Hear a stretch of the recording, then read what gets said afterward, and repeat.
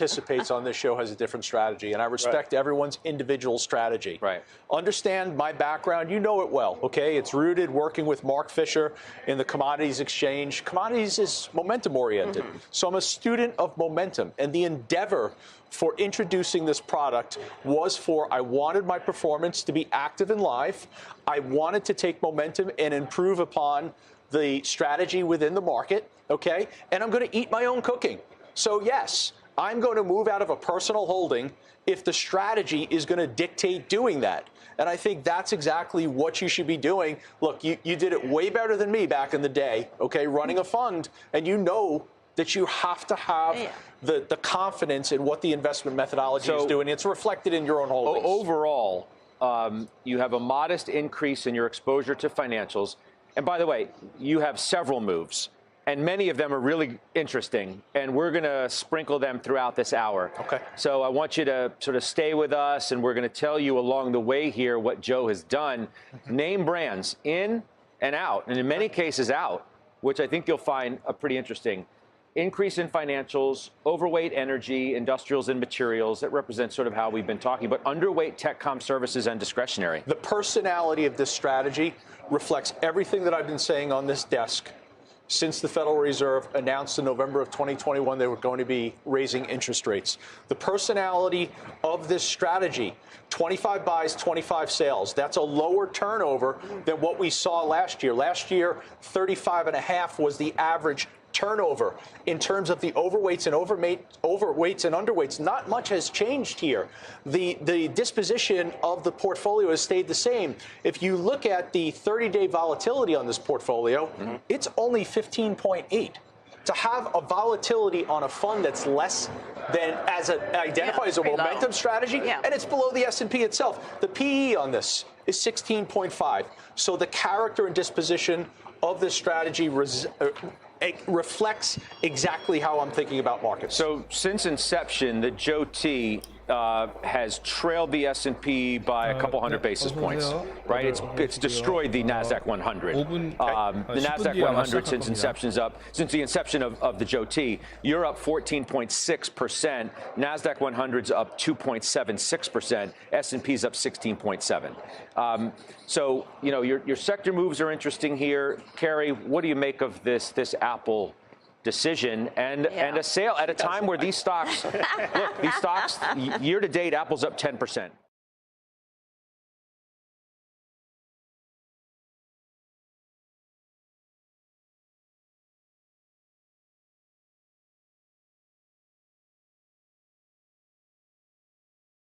Joining us right now, first on CNBC, is ARK Invest CEO and CIO Kathy Wood. Kathy, it is great to see you.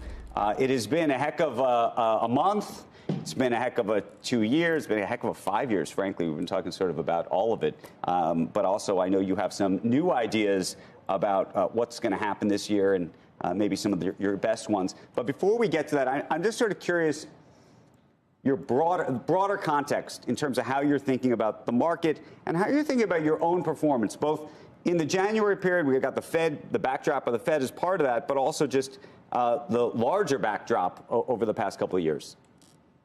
Sure. I think what we've been through is a very big inflation and interest rate scare that hit long duration assets incredibly hard, including long-term bonds. Last year, the worst performance in the bond market since the 1700s. That's how bad this was. And of course, that was going to really hurt our strategies.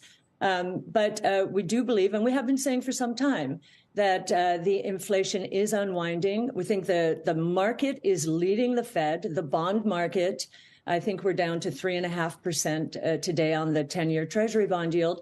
The bond market is basically saying the Fed is close to the end of this tightening move and is also saying that inflation will surprise on the low side of expectations, which means when we look back that the past 2 years inflation issue and interest rate issue has been a function of massive supply shocks to the system. And I noticed that even Janet Yellen this week said that she believes that inflation is probably going to surprise on the low side and stay there and might even become a problem. Larry Summers, same thing. He's saying, wait a minute, 지금 뭐 잠깐 뭐 FOMC 미팅 하기 전에 뭐 이렇게 보면 지금 대출이자 수수료가 지금 또 엄청 올랐네요. 160% 지금 피델리티에서 보여주고 있네요. 야, 이거 진짜 한도 끝도 없이 매일같이 10%씩 오르고, 야, 미쳤습니다. 지금 바운드도 이거는 지금 저도 보니까 이게 미국 게 아니고 보니까 독일 장인가요? 다른 유럽 나라 것 같은데, 뭐 바운드가 그쪽 장에는 올랐다고 하니까, 지금 하여튼 지금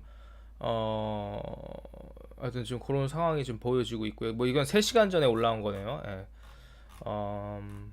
그리고 지금 또 특이한 게 하나 나온 게 지금 한국 부분은 한국에서 토스에서 지금 어떤 분이 얘기를 해주셨는데, 지금 뭐 이게 뭐 10Q 때문에 그런 건지 뭐 그런 얘기가 있는데, 지금 일단은 채무 불이행이 이제 해결이 돼서 그 오늘 날짜로 거래소 심사가 통과됐다, 뭐 이런 얘기가 나왔다고 해요. 그래서 하여튼 지금 BBY가 아니고 BBY 지금 한국에서 이제 토스뿐만 아니고 미국 피델리티랑 TD에서도 지금 몇몇 사람들이 비슷한 사례가 지금 있었다고, 그런 레이블이 있었는데 그게 삭제가 됐다고 얘기를 하더라고요. 그래서 지금 그런 것들이 좀 더 뉴스로 좀 확인이 좀 더 됐으면 좋겠고요.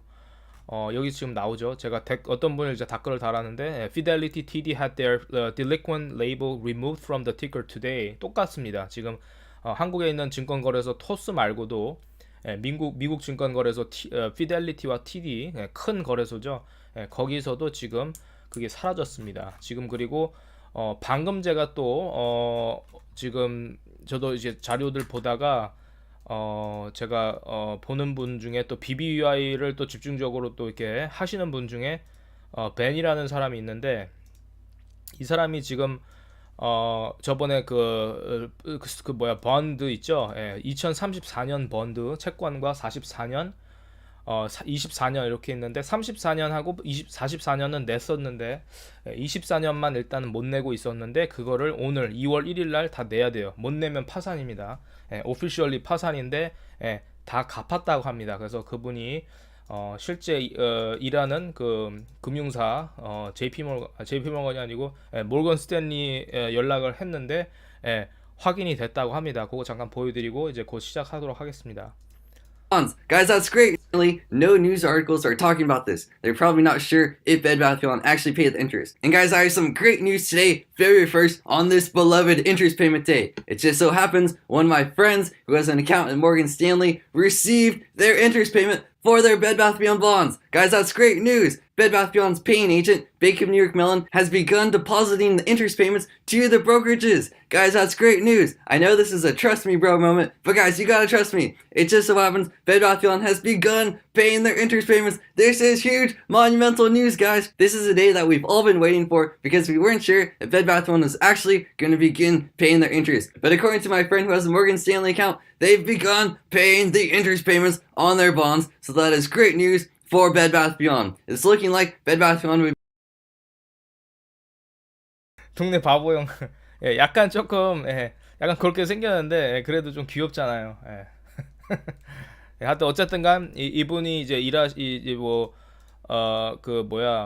그 JP 모건에서 일하는 모건 스탠리에서 일하는 친구분이 이제 컨펌을 해줬다고 하니까 확실한 거죠. Beyond bonds. Guys, that's great news. Bed Bath & Beyond's paying agent, Bank of New York Mellon, has begun depositing the interest payments to the brokerages. Guys, that's great news. I know this is a trust me bro moment, but guys, you gotta trust me. It just so happens Bed Bath & Beyond has begun paying their interest payments. This is huge, monumental news, guys. This is a day that we've all been waiting for because we weren't sure if Bed Bath & Beyond was actually going to begin paying their interest. But according to my friend who has a Morgan Stanley account, they've begun paying the interest payments on their bonds. So that is great news for Bed Bath & Beyond. It's looking like Bed Bath & Beyond will begin paying all of the interest to all the different brokerages through their paying agent, Bank of New York Mellon, today on February 1st. So maybe it'll take a couple days later, depending on what brokerage you have. But guys, this is great news that Bed Bath & Beyond has. 그래서 아마 이틀 정도를 지나서 아마 이런 게 또 뉴스에 나올 것 같아요. 지금 뉴스에서는 지금 계속 뱅크럽시 파산에 대해서 지금 계속 나오고 있죠. 그래서 지금 BBY 지금 오늘 하여튼 2월 1일부로 그 채권에 대한 이자를 내야 되는데 2024년, 34년, 44년을 다 내야 되는데 최종적으로 몰건 스탠리에서 일하는 분의 컨펌을 받았는데 다 돈을 냈습니다. 그래서 24 million total debt을 다 냈습니다. 그래서 지금 출발 좋고요. 그래서 하여튼 여러 가지 좀 포지티브, 좀 긍정적인 한 뉴스들이 좀 나와주었으면 좀 좋겠습니다. 이제 1분 남았습니다. 그래서 1분 뒤에 시작할게요. Depending on what brokerage you have. But guys, this is great news that Bed Bath & Beyond has begun paying their interest for their 2024, 2034, and 2044 bonds. So my first spin, that's great news and a good look for Bed Bath & Beyond. So guys, I hope you enjoyed this.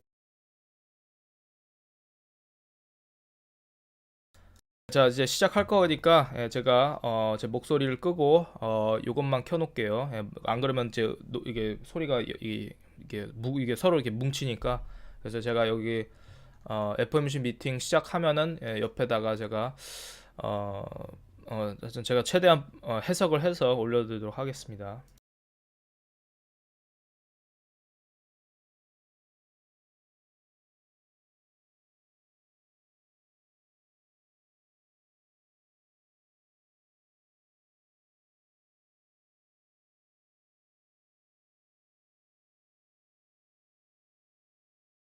Good afternoon and welcome. My colleagues and I understand the hardship that high inflation is causing, and we are strongly committed to bringing inflation back down to our 2% goal. Over the past year, we've taken forceful actions to tighten the stance of monetary policy. We've covered a lot of ground, and the full effects of our rapid tightening so far are yet to be felt. Even so, we have more work to do. Price stability is the responsibility of the Federal Reserve and serves as the bedrock of our economy. Without price stability, the economy does not work for anyone. In particular, without price stability, we will not achieve a sustained period of labor market conditions that benefit all. Today, the FOMC raised our policy interest rate by 25 basis points.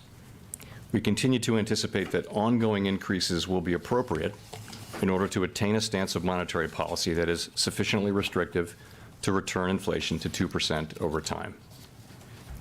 In addition, we are continuing the process of significantly reducing the size of our balance sheet. Restoring price stability will likely require maintaining a restrictive stance for some time. I will have more to say about today's monetary policy actions after briefly reviewing economic developments. The U.S. economy slowed significantly last year, with real GDP rising at a below-trend pace of 1%. Recent indicators point to modest growth of spending and production this quarter. Consumer spending appears to be expanding at a subdued pace, in part reflecting tighter financial conditions over the past year. Activity in the housing sector continues to weaken, largely reflecting higher mortgage rates. Higher interest rates and slower output growth also appear to be weighing on business fixed investment. Despite the slowdown in growth, the labor market remains extremely tight, with the unemployment rate at a 50-year low, job vacancies still very high, and wage growth elevated. Job gains have been robust, with employment rising by an average of 247,000 jobs per month over the last 3 months. Although the pace of job gains has slowed over the course of the past year and nominal wage growth has shown some signs of easing, the labor market continues to be out of balance. Labor demand substantially exceeds the supply of available workers, and the labor force participation rate has changed little from a year ago. Inflation remains well above our longer-run goal of 2%. Over the 12 months ending in December, total PCE prices rose 5.0%. Excluding the volatile food and energy categories, core PCE prices rose 4.4%. The inflation data received over the past 3 months show a welcome reduction in the monthly pace of increases. And while recent developments are encouraging, we will need substantially more evidence to be confident that inflation is on a sustained downward path. Despite elevated inflation, longer-term inflation expectations appear to remain well anchored, as reflected in a broad range of surveys of households, businesses, and forecasters, as well as measures from financial markets. But that's not grounds for complacency. Although inflation has moderated recently, it remains too high.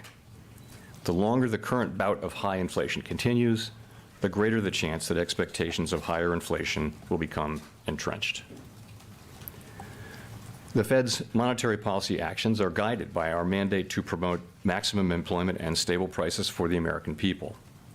My colleagues and I are acutely aware that high inflation imposes significant hardship as it erodes purchasing power, especially for those least able to meet the higher costs of essentials like food, housing, and transportation. We are highly attentive to the risks that inflation poses to both sides of our mandate, and we are strongly committed to returning inflation to our 2% objective. At today's meeting, the committee raised the target range for the federal funds rate by 25 basis points, bringing the target range to 4.5 to 4.75%. And we are continuing the process of significantly reducing the size of our balance sheet. With today's action, we have raised interest rates by 4.5 percentage points over the past year. We continue to anticipate that ongoing increases in the target range for the federal funds rate will be appropriate in order to attain a stance of monetary policy that is sufficiently restrictive to return inflation to 2% over time. We are seeing the effects of our policy actions on demand in the most interest-sensitive sectors of the economy, particularly housing. It will take time, however, for the full effects of monetary restraint to be realized, especially on inflation. In light of the cumulative tightening of monetary policy and the lags with which monetary policy affects economic activity and inflation, the committee decided to raise interest rates by 25 basis points today, continuing the step down from last year's rapid pace of increases. Shifting to a slower pace will better allow the committee to assess the economy's progress toward our goals as we determine the extent of future increases that will be required to attain a sufficiently restrictive stance. We will continue to make our decisions meeting by meeting, taking into account the totality of incoming data and their implications for the outlook for economic activity and inflation. We have been taking forceful steps to moderate demand so that it comes into better alignment with supply. Our overarching focus is using our tools to bring inflation back down to our 2% goal and to keep longer-term inflation expectations well anchored. Reducing inflation is likely to require a period of below-trend growth and some softening of labor market conditions. Restoring price stability is essential to set the stage for achieving maximum employment and stable prices over the longer run. The historical record cautions strongly against prematurely loosening policy. We will stay the course until the job is done. To conclude, we understand that our actions affect communities, families, and businesses across the country. Everything we do is in service to our public mission. We at the Fed will do everything we can to achieve our maximum employment and price stability goals. Thank you, and I look forward to your questions.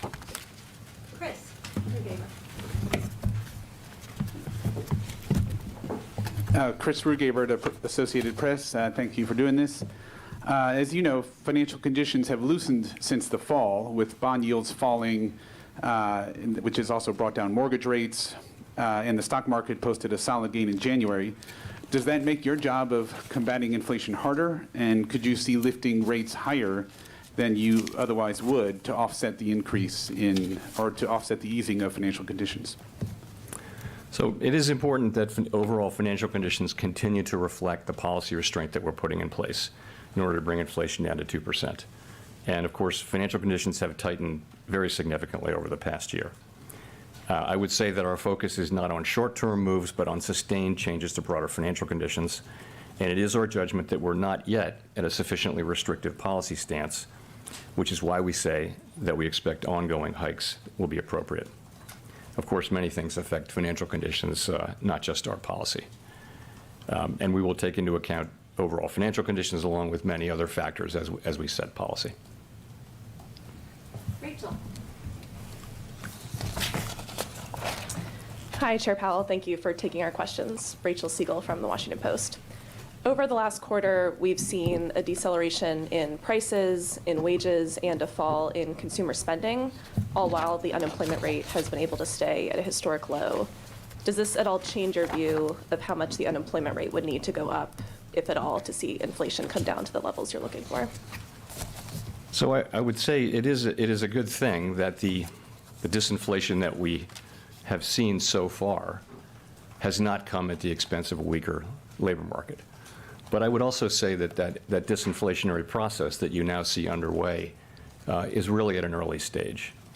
What you see is really in the goods sector, you see inflation now coming down because supply chains have been fixed, demand is shifting back to services, and shortages have been abated. So you see that in the housing services sector. We expect inflation to continue moving up for a while, but then to come down, assuming that new leases continue to be lower. So in those two sectors, you've got a good story. The issue is that we have a large sector called non-housing service, core non-housing services, where we don't see disinflation yet. But I would say that so far, what we see is progress, but without any weakening in labor market conditions. Has your Go ahead. Has your expectation for where the unemployment rate might go changed since December? You know, we're going to write down new forecasts at the March meeting, and we'll see at that time. I will say that it is gratifying to see the disinflationary process now getting underway, and we continue to get strong labor market data. But you know, we'll update those forecasts in March. Neil. Hi, Chair Powell. Neil Irwin with Axios. You and some of your colleagues have emphasized the possibility that job openings could come down and that that would let some of the air out of the labor market without major job losses. We saw the opposite in the December JOLTS this morning, job openings actually rising. That also has coincided with slowdown in wage inflation. Do you believe that openings are an important indicator to be studying to understand where the labor market is and where wage inflation might be heading? So you're right about the data, of course. What we've seen average hourly earnings and now the employment cost index abating a little bit, still off of their highs of 6 months ago and more, but still at levels that are fairly elevated. The job openings number in JOLTS has been quite volatile recently, and I did see that it moved back up this morning. I do think that it's probably an important indicator. The ratio, I guess, is back up to 1.9 job openings to unemployed people who are looking for work. So it's an indicator, but nonetheless, you're right. We do see wages moving down. If you look across the rest of the labor market, you still see very high payroll job creation, and quits are still at an elevated level. So by many indicators, the job market is still very strong. Go to Colby and then Howard.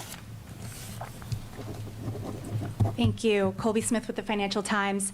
Given the economic data since the December meeting, is the trajectory for the Fed funds rate in the most recent SEP still the best guidepost for the policy path forward? Or does ongoing now mean more than 2 rate rises now? So you're right. At the December meeting, we all wrote down our best estimates of what we thought the ultimate level would be, and that's obviously back in December, and the median for that was between 5 and 5.25%. At the March meeting, we're going to update those assessments. We did not update them today. We did, however, continue to say that we believe ongoing rate hikes will be appropriate to attain a sufficiently restrictive stance of policy to bring inflation back down to 2%. We think we've covered a lot of ground, and financial conditions have certainly tightened. And I would say we still think there's work to do there. We haven't made a decision on exactly where that will be. I think we're going to be looking carefully at the incoming data between now and the March meeting and then the May meeting. I don't feel a lot of certainty about where that will be. It could certainly be higher than we're writing down right now. If we come to the view that we need to write down to move rates up beyond what we said in December, we would certainly do that. At the same time, if the data come in the other direction, then we'll make data-dependent decisions at coming meetings, of course. Just as a quick follow-up, how are you viewing the kind of balance of risk between those two options of, the likelihood of maybe falling short of that or going beyond that level? I guess I would say it this way. I continue to think that it's very difficult to manage the risk of doing too little and finding out in 6 or 12 months that we actually were close but didn't get the job done, and inflation springs back and we have to go back in, and now you really do worry about expectations getting unanchored and that kind of thing. This is a very difficult risk to manage. Whereas, of course, we have no incentive and no desire to over-tighten, but if we feel like we've gone too far, we can certainly and inflation is coming down faster than we expect, then we have tools that would work on that.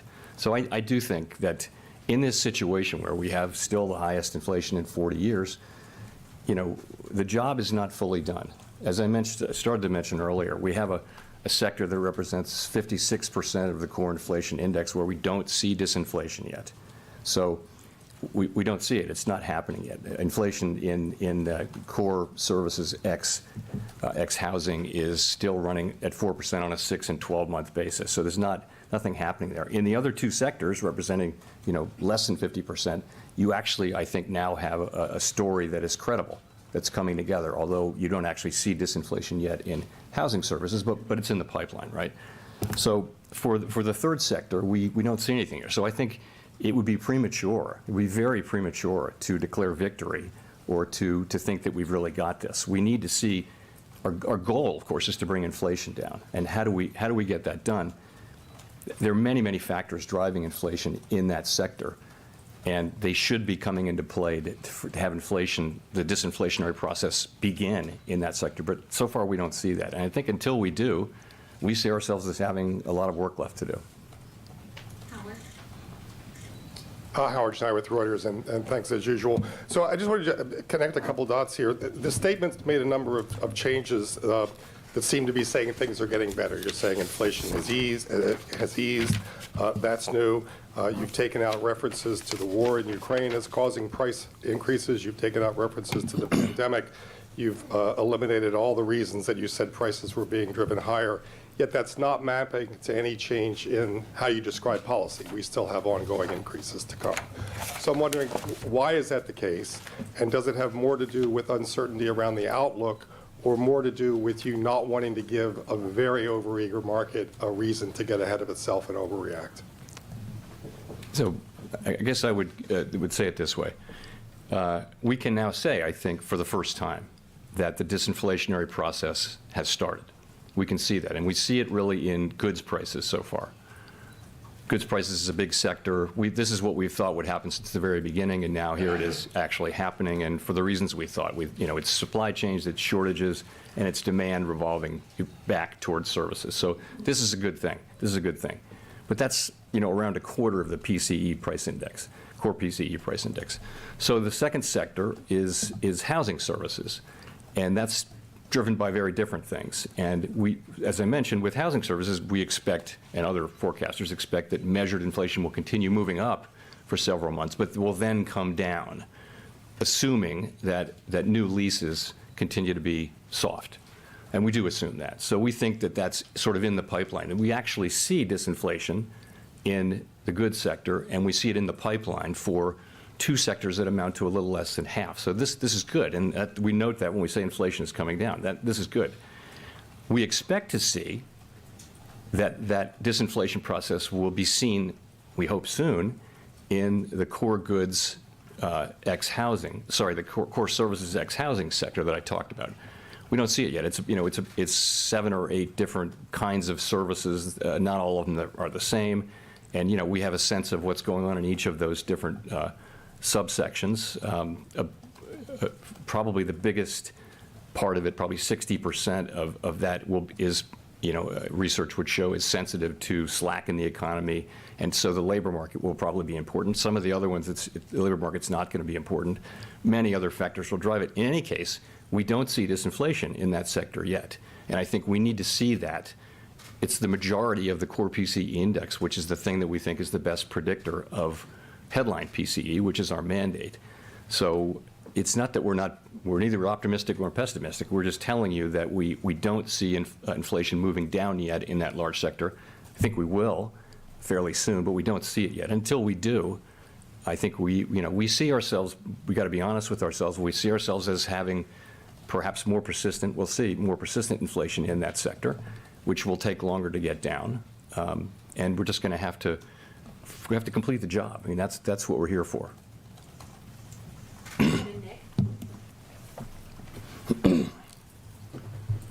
Nick Timmeros, the Wall Street Journal. Chair Powell, you observed several years ago that we learned we can have a low unemployment rate without above target inflation, and we have learned lately that inflation can come down from its uncomfortably high level despite a historically low unemployment rate. Given that, and given how much you did over the last year, why do you think further rate increases are needed? Why not stop here and see what transpires in the coming months before raising rates again? So we've raised rates 4.5 percentage points, and we're talking about a couple of more rate hikes to get to that level we think is appropriately restrictive. And why do we think that's probably necessary? We think because inflation is still running very hot. We're, of course, taking into account long and variable lags, and we're thinking about that. The story we're telling about inflation is, to ourselves, and the way we understand it, is basically the three things that I've just gone through a couple times. And again, we don't see it affecting the services sector ex housing yet. But I mean, I think our assessment is that we're not very far from that level. We don't know that, though. We don't know that. So I think we're living in a world of significant uncertainty. I would look across the spectrum of rates and see that real rates are now positive, right, by an appropriate set of measures, are positive across the yield curve. I think policy is restrictive. We're trying to make a fine judgment about how much is restrictive enough. That's all. And we're going to, that's why we're slowing down to 25 basis points. We're going to be carefully watching the economy and watching inflation and watching the progress of the disinflationary process. Did you or your colleagues discuss the conditions for a pause at this meeting this week? You'll see the minutes will come out in 3 weeks, and we'll give you a lot of detail. We spent a lot of time talking about the path ahead and the state of the economy, and I wouldn't want to start to describe all the details there, but that was the sense of the discussion, was really talking quite a bit about the path forward. Victoria. Hi, Chair Powell. I wanted to ask about the debt ceiling. Given that we've now hit up against it, I was wondering if the U.S. goes past the X date, will the Fed do whatever the Treasury directs as it relates to making payments as the fiscal agent, or will it do its own analysis of any legal constraints? So your question is, would we say your question again? Will the Fed do what Treasury directs as it relates to making payments, or will it do its own analysis of any legal constraints? So you're really asking about, you're asking about prioritization, in effect, is what yes, you're, okay. Yes. So I feel like I have to say this. There's only one way forward here, and that is for Congress to raise the debt ceiling so that the United States government can pay all of its obligations when due. And any deviations from that path would be highly risky, and that no one should assume that the Fed can protect the economy from the consequences of failing to act in a timely manner. In terms of our relationship with the Treasury, we are their fiscal agent, and I'm just going to leave it at that. Are you actively doing any planning of what might happen in the event that would happen? I'm just going to leave it at that. This is a matter that's to be resolved between, it's really Congress's job to raise the debt ceiling, and I gather there are discussions happening, but they don't involve us. We're not involved in those discussions, so we're the fiscal agent. Gina, and then Steve. Gina Smilik from the New York Times. Thanks for taking our questions. I wonder, was there any discussion today of the possibility of pausing rate increases and then restarting them? Lori Logan from the Federal Reserve Bank of Dallas seemed to suggest that would be a possibility in a recent speech, and I wonder if that view is broadly shared on the committee. So the committee, obviously, did not see this as a time to pause. we judged that the appropriate, thing to do at this meeting was to raise the federal funds rate by 25 basis points, and we said that we continue to anticipate that ongoing increases in the target range will be appropriate in order to attain that stance of sufficiently restrictive monetary policy that will bring inflation down to 2%. So that's the judgment that we made. We're gonna write down new forecasts in March, and we'll certainly be looking at the incoming data as everyone else will. Sorry, I should have been clear. I mean, would it be possible to take a meeting off, for example, and then resume? Could you, rather than just doing at every meeting a move, go a little bit more slowly, take some gaps in between moves? I mean, I think this is not something that the committee is thinking about or exploring in any kind of detail. In principle, though, we used to do was go every other meeting, if you remember, 25 basis points, and that was considered a fast pace. So I think a lot of options are available, and you saw what the Bank of Canada did, and they left it that they're willing to raise rates after pausing. But this is not something that the Federal Open Market Committee is on the point of deciding right now. Steve Leisman, CNBC. Mr. Chairman, the SEP has the PCE inflation rate in 2023 at 3.1%. Meanwhile, the 3-month annualized PCE is 2.1%, and you've achieved this without going to your 5.1% funds rate, which is what you have penciled in for this year. And you've also achieved it without the 1 percentage point increase in the unemployment rate, which you have penciled in for this year. I'm wondering if you've considered the idea of whether or not your understanding of the inflation dynamic may be wrong, and it's possible to achieve these things without raising rates that high, and also without the surge in unemployment. And specifically, I wonder if you might comment on the speech given by Vice Chair Lael Brainerd, who said, to the extent that inputs other than wages may have been responsible in part for important price increases for some non-housing services, an unwinding of these factors. In other words, it may not be wages, the idea that it may not require unemployment rising to get this sector of inflation under control. Thanks. So a couple things. First, on the forecast, you're right. If you take very short-term, three-month, say, measures of PCE, core PCE inflation, they're quite low right now, but that's because that's driven by significantly negative readings from goods inflation. Most forecasters would think that the significantly negative readings will be transitory, and that goods inflation will move up fairly soon back up to its longer run trend of something around 0, something like that. So a lot of forecasts would call for core PCE to go back up to 4% by the middle of the year, for example. So that's really where the sustainable level is more like at 4%. So that would suggest there's work left to do. Let's say inflation does come down much faster than we expect, which is possible. As I mentioned, obviously our policy is data dependent. We would take that into account. In terms of the core non-housing services, as I mentioned earlier, it's a very diverse sector, 6 or 7 sectors, and so sectors that represent 55 or 60% of that subsectors of that sector we think are sensitive to slack in the economy, sensitive to the labor market in a way. But some of the other sectors are not. And for example, financial services is a big sector that's really not driven by labor markets, wages. So that's why I said there are a number of things that will affect. Take restaurants, right? So clearly labor is important for restaurants, but so are food prices. And transportation services is going to be driven by fuel prices, for example. So there are lots of things in that mix that will drive inflation.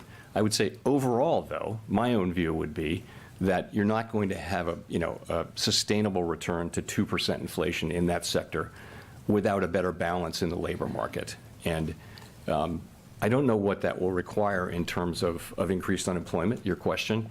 I do think there are a number of dimensions through which the labor market can soften. And so far, we've got, as I mentioned, in goods, we have inflation moving down without the softening in the labor market. I think most forecasters would say that unemployment will probably rise a bit from here, but I continue to think that there's a path to getting inflation back down to 2% without a really significant economic decline or a significant increase in unemployment. And that's because the setting we're in is quite different. The inflation that we originally got was very much a collision between very strong demand and hard supply constraints, not something that you really have seen in prior business cycles. And so now we see goods inflation coming down for the reasons we thought, and we understand why housing inflation will come down. And I think a story will emerge on the non-housing services sector soon enough. But I think there's ongoing disinflation, and we don't yet see weakening in the labor market. So we'll have to see. Can we get there with 5%? Certainly possible. Yeah, absolutely, it's possible. It's a question no one really knows. I think it's because this is not like the other business cycles in so many ways. It may well be that that it will take more slowing than we expect, than I expect, to get inflation down to 2%. But I don't. That's not my base case. My base case is that the economy can return to 2% inflation without a really significant downturn or a really big increase in unemployment. I think that's a possible outcome. I think many forecasters would say it's not the most likely outcome, but I would say there's a chance of it. Michael. Michael McKee from Bloomberg TV and Radio. I'd like to pick up on what you were just saying about a substantial downturn and ask, with the full weight of your tightening not in place yet, and with the progress against inflation, there's still a lot of talk about very, very slow growth going forward in 2023. And the recession indicators are all suggesting that we are going to see recession this year. So I'm wondering if you've changed your view, or you have a more nuanced view of what you think the danger to economic growth is going forward, and whether you're very close to perhaps tipping it into the wrong place, which calls for more restraint on your part. So I do think most forecasts and my own assessment would be that growth will continue, positive growth will continue, but at a subdued pace, as it did last year. We had growth of GDP growth of 1% last year, and also final sales growth, which we think is a better indicator of about 1%. I think most forecasts and certainly my assessment would be that growth will continue at a fairly subdued level this year. There are other factors, though, that need to be considered. You will have seen that the global picture is improving a bit, and that will matter for us potentially. The labor market remains very, very strong, and that's job creation, that's wages. As inflation does come down, sentiment will improve. You also, state and local governments are really flush these days with money, and many of them are considering tax cuts or even sending checks. So I think that's going to support. They're also spending a lot. There's a lot of spending coming in the construction pipeline, both private and public, and so that's going to support economic activity. So I think there's a good chance that those factors will help support positive growth this year, and that's my base case is that there will be positive growth this year. Rich. Thank you. Rich Miller from Bloomberg. First of all, how are you doing? Fine, thanks. Fine. Good. Second off, I think earlier on in the press conference, you said you need to see substantially more evidence of inflation coming down. Can you give us some idea of what you're thinking of? You mentioned 3 months, that we've seen 3 months in a row. Governor Waller suggested he might want to see 6 months. Is it just the inflation data, or do you have to see the labor market coming back into better balance to have that substantially more evidence metric? I don't think there's going to be a light switch flipped or anything like that. I think it's just an accumulation of evidence. So of course we'll be looking, by the time of the March meeting, we'll have 2 more employment reports, 2 more CPI reports, and we'll be looking at those carefully, as all of us will, and we'll be asking ourselves, what are they telling us? And soon after that, we'll have another ECI wage report, which, as you know, is a report that we we like because it adjusts for composition and it's very complete. And the one we got, I guess it was yesterday, was constructive. It shows wages coming down, but still at a high level. They're still at a level that's well above where they were before the pandemic. So I don't want to put a number on it in terms of months, but as the accumulated evidence comes in, it's going to be reflected in our assessment of the outlook, and that will be reflected in our policy over time. But I will say, though, it is our job to restore price stability and achieve 2% inflation for the benefit of the American public. Market participants have a very different job. And it's a fine job. It's a great job. In fact, I did that job for years, but in one form or another. But, we have to deliver that. And so we are strongly resolved that we will, complete this task because we think it has benefits that will, support economic activity and benefit the public for many, many years. Edward. Thank you, Michelle. Thank you, Fed Chairman, for taking the questions. So you've talked about we had solid job growth. I'm Edward Lawrence from Fox Business, by the way. We had solid job growth, a slight falling in the increase in consumer spending. It seems so far it's been relatively mild from the economy to go from a 9.1% CPI inflation to 6.5% CPI inflation. Is the hard part yet to come, to go from 6.5 to 2? I don't think we know, honestly. So we, of course, expected goods inflation to start coming down by the end of 2021. And it didn't. It didn't come down all through 22. And now it's coming down, and it's coming down pretty fast. So I would say this is not a standard business cycle where you can look at the last 10 times there was a global pandemic and we shut the economy down and Congress did what it did and we did what we did. It's unique. So I think certainty is just not appropriate here. Inflation, it's just harder to forecast inflation. It may come down faster. It may take longer to come down. And, our job is to deliver inflation back to target, and we will do that. But I think we're going to be cautious about declaring victory and, sending signals that we think that the game is won, because we've got a long way to go. It's the early stages of disinflation, and it's most welcome to be able to say that we are now in disinflation. But that's great, but we just see that it has to spread through the economy and that it's going to take some time. That's all. How long do you see then the federal funds rate remaining at this elevated level?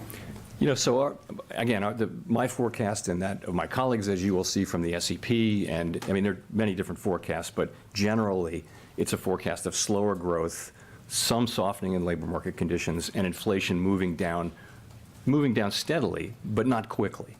And in that case, if the economy performs broadly in line with those expectations, it will not be appropriate to cut rates this year, to loosen policy this year. Of course, other people have forecasts with inflation coming down much faster. That's a different thing. If that happens, if inflation comes down much faster, then we'll be seeing that, and it will be incorporated into our thinking about policy. Simon. Thank you, Chair Powell. Simon Rabinovich with The Economist. May I ask a further question about the language around ongoing increases? That, of course, implies at least 2 further rate rises. If you look at Fed Fund futures pricing, the implication is that you'll raise rates one more time and then pause. Are you concerned about that divergence, or do you think if everything breaks right, is that a plausible outcome? I'm not particularly concerned about the divergence, no, because it is largely due to the market's expectation that inflation will move down more quickly. I think that's the bigger part of that. So again, as I just mentioned, our forecasts, different participants have different forecasts, but generally those forecasts are for continued subdued growth, some softening in the labor market, but not a recession, and we have inflation moving down.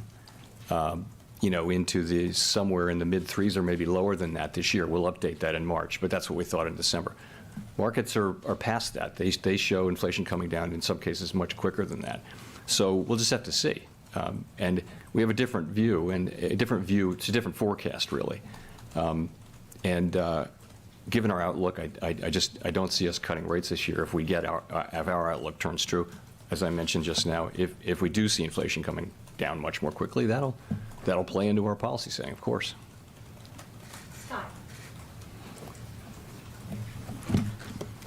Hi, Chair Powell. Scott Horsley from NPR. One of the changes in the statement this month is that the committee is no longer listing public health as among the data points you'll consider in assessing conditions. What should we make of that? Does the Federal Reserve no longer see the pandemic as weighing on the economy? That's the general sense of it. Look, we understand, I personally understand well that COVID is still out there, but that it's no longer playing an important role in our economy. And, we kept that statement in there for quite a while, and I think we knew we would take it out at some point. There's never a perfect time, but we thought that, people are handling it better, and the economy and the society are handling it better now. It doesn't really need to be in in the Fed's monthly or post-meeting statement as an ongoing economic risk, as opposed to a health issue. Nancy. Hi, Chair Powell. Nancy Marshall-Genzer with Marketplace. I wanted to go back to another thing that Fed Vice Chair Lael Brainerd said recently. She said she doesn't see signs of a wage price spiral. And I'm wondering if you agree with that. I do. Yeah, I do. You don't see that yet, but the whole point is, once you see it, you have a serious problem. That means that effectively, in people's decision making, inflation has become a really salient issue, and once that happens, that's what we can't allow to happen. And so that's why we worry that the longer we're at this, and the longer people are talking about inflation all day long, every day, the more risk of something like that. But no, there's not much. It's more of a risk. It always has been more of a risk than anything else.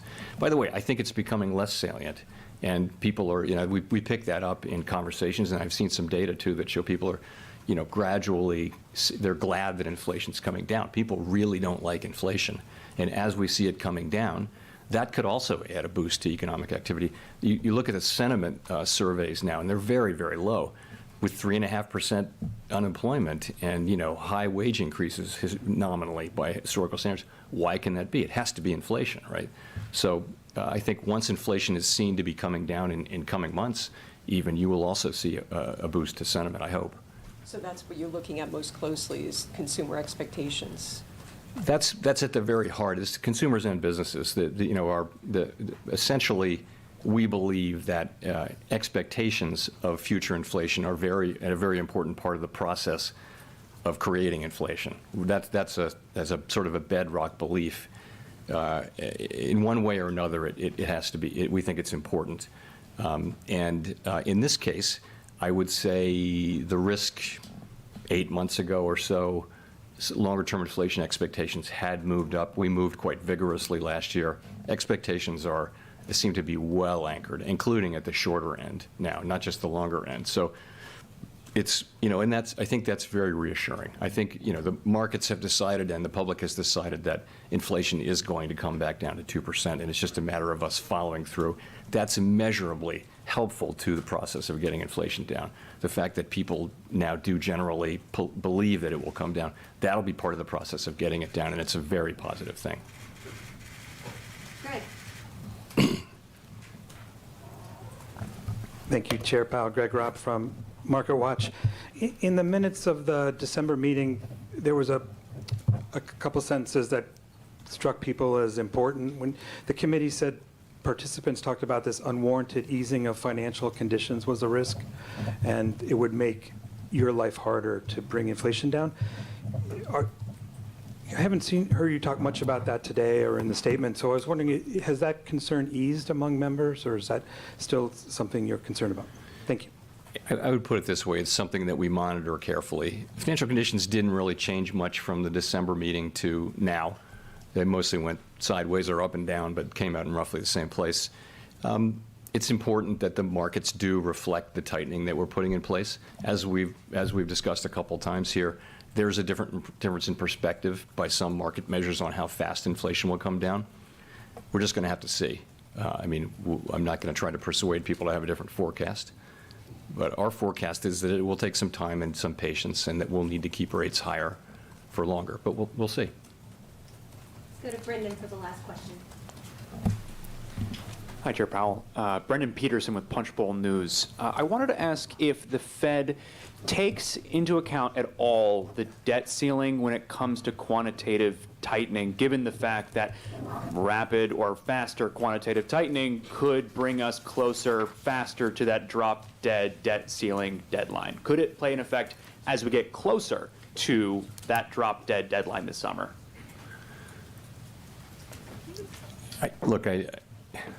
It's very hard to think about all the different possible ramifications, and I think the answer is basically I don't think there's likely to be any important interaction between the two, because I believe Congress will wind up acting, and as it will and must in the end, to raise the debt ceiling in a way that doesn't risk, the progress we're making against inflation and the economy and the financial sector. I believe that will happen. I believe it will happen.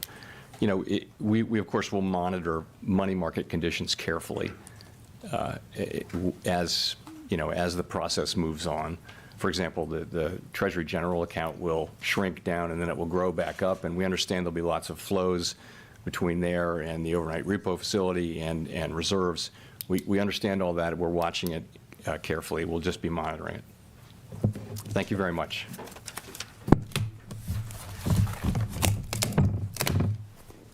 네, 이제 끝났는데요. 제가 한번 이거 마지막으로 한번 싹 훑어보고 이제 브리핑 하겠습니다. 지금 시장이 FOMC 미팅 전에 주가를 확 뺐었죠. 확 뺐고 그러면 이게 뭔가 했는데, 저는 솔직히 오늘 솔직히 이렇게 크게 상승할 예상은 못했는데 그래도 꽤 했어요. 그리고 시장의 반응도 굉장히 좋았고, 이게 또 내일 또 어떻게 플레이가 될지 모르겠지만은 과거에서도 이렇게 크게 한번 올랐다가 이걸 또 다 뺀 적이 있거든요. 그래서 어떻게 플레이가 될지 모르겠지만 일단은 조금 모르겠어요. 이게 단기간으로 이게 상승하는 게 쇼 커버링도 있을 수도 있고, 지금 일단은 전반적으로 굉장히 좀 뭐라 그럴까, 굉장히 좀 긍정적이게 좀 말한 게 좀 있습니다. 그래서 노동 시장에 이게 뭐라고 쓴 거야?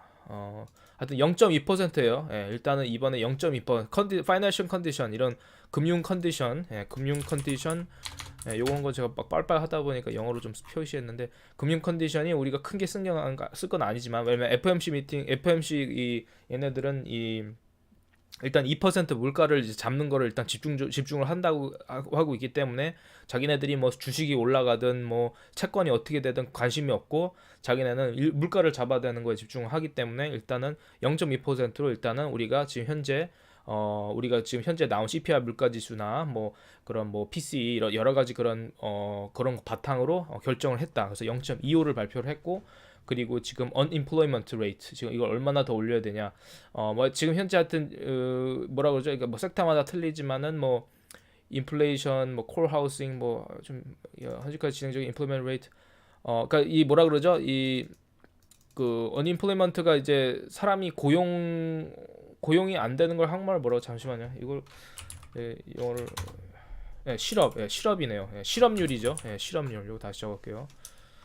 이 실업률이 얼마나 더 가냐, 왜냐면 지금 빅테크 기업이나 몇몇 그런 회사들에서, 많은 회사들에서 지금 많이 고용을 안 하고 아니면은 사람들을 좀 해고를 하고 있습니다. 그래서 그런 얘기가 있는데, 하여튼간 이런 뭐 전반적인 그런 그런 거는 뭐 3월에 업데이트 하겠다. 그러니까 계속 이제 뭐 콜 하우싱, 뭐 이제 하우싱 문제. 왜냐면 하우스가 인플레이션에서 가장 크게 또 차지를 많이 하니까요. 그죠? 한 40% 정도를 차지한다고 하죠. 그래서 이게 CPI 물가 지수에 그 담는 그 인덱스인데, 여기 보시면 이 파란색, 밑에 이 파란색이 42% 정도가 하우싱을 이게 차지를 하고 있습니다. 그래서 요게 지금 시간이 조금 걸리는데 그래도 좀 내려오는 게 지금 확인이 되고 있고, 요게 이번 연도에 좀 이 FOMC 쪽에서 좀 잡으려고 하는, 좀 그리고 내려오기를 좀 바라는, 그게 이 하우싱 쪽인 것 같습니다. 그래서 요 하우싱 쪽 42%를 차지하는 이 CPI 지수의 하우싱 쪽이 좀 내려오는 거를 좀 바라고 있고요. 잠시만요. 인사할 거냐? 자, 그리고 그리고 또 뭐 있죠?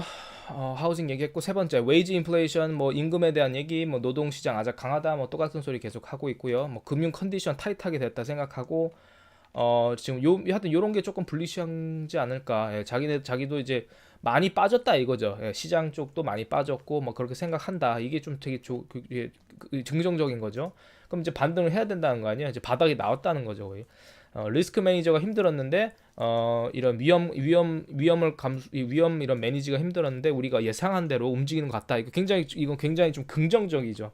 예, 만약 우리가 좀 너무 빠르게 진행했다 생각하면은 살짝 뒤로 물러나려고 해서 했는데 이제 하여튼 그렇게 얘기하는 뜻은 자기네들이 이 금리를 너무 빨리 오르게 생각하면은 금리를 확실히 좀 줄이던가 멈추던가 하려고 생각을 계속 했다 이거예요. 그러니까 상황에 맞게끔 이 금리를 올리고 아니면 줄이고 할 거라고 이제 생각을 했는데 그래도 자기네들이 좀 예상한 대로 그래도 물가가 좀 빨리 잡히고 있어서 좋았고 특히 이번 연도는 2023년에는 하우징 CPI 물가 지수에서 가장 많이 차지하고 있는 이 하우징을 좀 많이 좀 내려오기를 기다리고 있는데 아마 한 2개월에서 3개월 정도를 보고 있다. 그래서 아마 3월 달에 또 어떻게 발표가 나올지 좀 그것도 굉장히 조금 궁금증을 좀 유발하게끔 좀 했습니다. 과연 3월 달에는 얼마의 발표를 할 거고 얼마나 많은 CPI 물가 지수가 내려올 거고 그리고 하우징 쪽에서 그만큼 하우징 섹터 쪽 하우징 섹터에서 이 FOMC 이쪽 연준에서 생각한 대로 이게 그렇게 내려올지 굉장히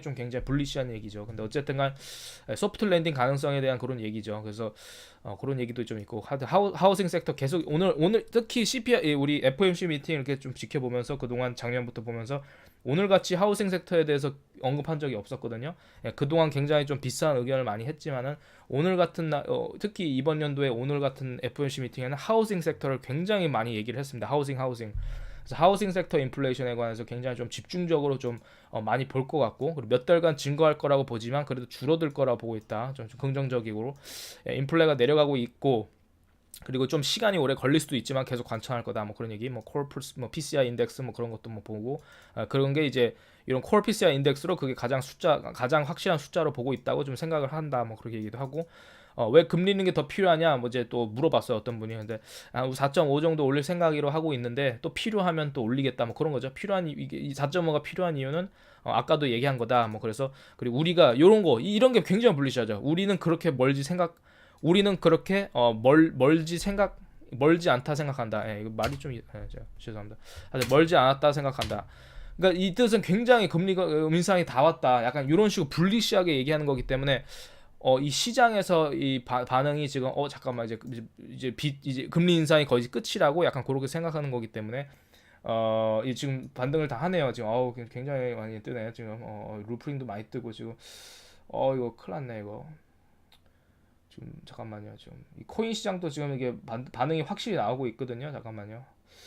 예, 좋습니다. 어쨌든간 하지만 뭐 마지막 판단을 관찰하면서 이제 결정할 거다. 뭐 조심스러운 이제 얘기를 했죠. 그래서 어쨌든간 좀 긍정적이게 굉장히 좀 긍정적인 것들. 뭐 미국 US 빚 지불 문제 뭐 그런 거는 뭐 근데 어제 컨그레스가 이제 빚 천장을 올릴 거다. 이제 뎁슬링을 올린다. 뭐 그런 얘기 했고 3월에 포캐스트 뭐 어쩌고 얘기도 했는데 하여튼 3월 가서 얘기할 것 같고 5% 금리 오를 수 있냐? 뭐 가능하다. 근데 이거는 솔직히 좀 질문이 좀 똘추 같죠. 뭐 5% 가능하냐? 뭐 가능할 수도 있고 상황에 따라 틀린데 그걸 왜 이런 질문을 왜 하냐고요. 좀 바보 같은 질문입니다.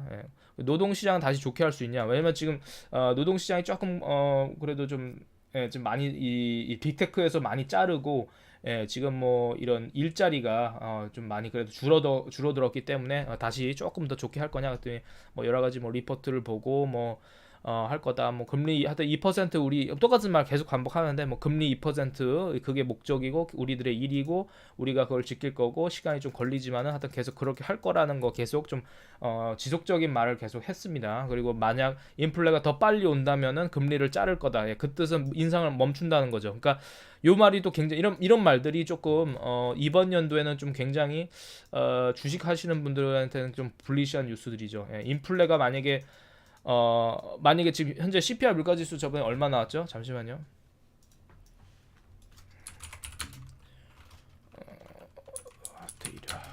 잠깐만요. 여기서 확인할 수 있거든요. 이코노미 CPI 지금 2022년 12월 달에 지금 6.5 나왔잖아요. 지금 6.5에서 만약에 이번 연도에 언제죠? 2월 중순인가요? CPI가 또 나오게 되면 1월 달께 나오면 그게 만약에 5.5 막 이딴 식으로 가면은 어우 그거는 뭐 굉장한 거죠. 뭐 5.5 다음 달 뭐 4.5, 뭐 3.5 막 이러면은 뭐 미국 주식 시장은 뭐 그 전부터 이미 오르기 시작하는 거니까 아까 어떤 분이 뭐 왜 미국 시장이 지금 뭐 금리랑 연관이 돼 있냐요? 왜 오르나요? 금리뿐만 아니고 콜 CPI 아니 그러니까 CPI 지수 물가 지수가 내려온 것도 굉장히 중요하거든요. 그러니까 이게 이 미국 주식 시장은요. 이 뭐라 그러지? 6개월에서 그러니까 보통 6개월에서 1년이라고 얘기하는데 하여튼 6개월에서 1년 사이 먼저 현실 이 본인이 생각하는 이 현실보다 더 빨라요. 그렇게 생각하면 됩니다. 우리가 코로나 터졌을 때 주식시장 왜 올랐을까요? 약간 그렇게 먼저 생각하는 거잖아요. 이제 금리 올리기 전에 금리 바닥이고 지금 하여튼 돈 들어오고 막 그런 것들. 그러니까 이제 미국 이제 주식엔 좋은 거고 그리고 이 금리를 올리면 미국 시장에서 안 좋은 거니까 작년에 확 빠졌고 베어 마켓이 왔고 그리고 금리를 어느 정도 올렸고 지금 멈추고 다시 내려오게 되면은 이제 물가가 어느 정도 이 FOMC 미팅에서 2% 맞추기로 하는데 지금 6.5로 나왔어요. 지금 줄어들고 있잖아 계속 8.2, 7.7, 7.1, 6.5 막 0.5% 지금 막 팍팍팍 꺾이고 있잖아요. 그럼 다음에 6이 나오고 그 다음에 뭐 5.5, 뭐 5, 4, 3, 2 그럼 끝이에요. 그러면은 그 전에 그러니까 2%를 찍기 전에 벌써 6개월에서 1년 사이에 벌써 미국 시장 반응한다는 거예요. 그렇기 때문에 이 불마켓이 이제는 준비를 하고 있는 거고 돈이 들어오고 있는 거고 그렇게 하는 겁니다. 그래서 그게 쇼스퀴즈랑 연관이 있냐? 당연히 있죠. 왜냐면 이 불시장이 오기 전에 주가가 오를 건데 오르기 시작하기 전에는 먼저 오르는 게 그런 대기업보다 대기업도 오르지만 당연히 대기업도 대기업이지만 제가 저번 뉴스에서 말씀드렸던 그동안 이 중소형주 중에서 공매도가 가장 많은 주식 먼저 터진다고 했죠. 그래서 그 얘기를 제가 저번에 그 어디 갔죠? 보여드렸습니다. 그래서 이런 것들, 그러니까 이게 하나하나 연관이 돼 있더라고요. 그래서 이게 굉장히 그냥 단순하게 그냥 물가가 좀 잡힌다고, 뭐 금리를 올린다고가 아니고 전반적으로 다 크게 보셔야 됩니다. 예. 이 미국 주식 시장은 6개월에서 1년 전에 먼저 움직이고 현실보다. 제가 어디다 보여드렸죠? 여기 있죠. 예, 지금 숏셀러들이 지금 2023년에 돈을 80빌리언 정도가 작살이 났습니다. 예, 한 달 만에 한 달도 안 돼서 숏셀러들. 예, 그 뉴스를 제가 저번에 보여드렸고요. 작년 2022년에 300빌리언을 벌었어요. 굉장히 많은 돈을 벌었죠. 근데 300빌리언을 1년 동안 작년에 1년 동안 번 돈을 그 중에 81빌리언을 한 달도 안 돼서 날렸어요. 예. 이게 인덱스인데 S&P 500가 이렇게 올랐잖아요. S&P 500에서 가장 많은 주식 중에 하나가 그게 뭐가 있어요? 예, 제일 큰 주식들이죠. 뭐 구글, 테슬라, 아마존 여러분들이 다 아시는 종목들, 마이크로소프트, 애플들 이렇게 굉장히 빅테크나 뭐 당연히 뭐 다른 섹터도 있겠지만은 이렇게 큰 섹터들이 좀 자리를 잡고 있죠. 구글이나 메타나.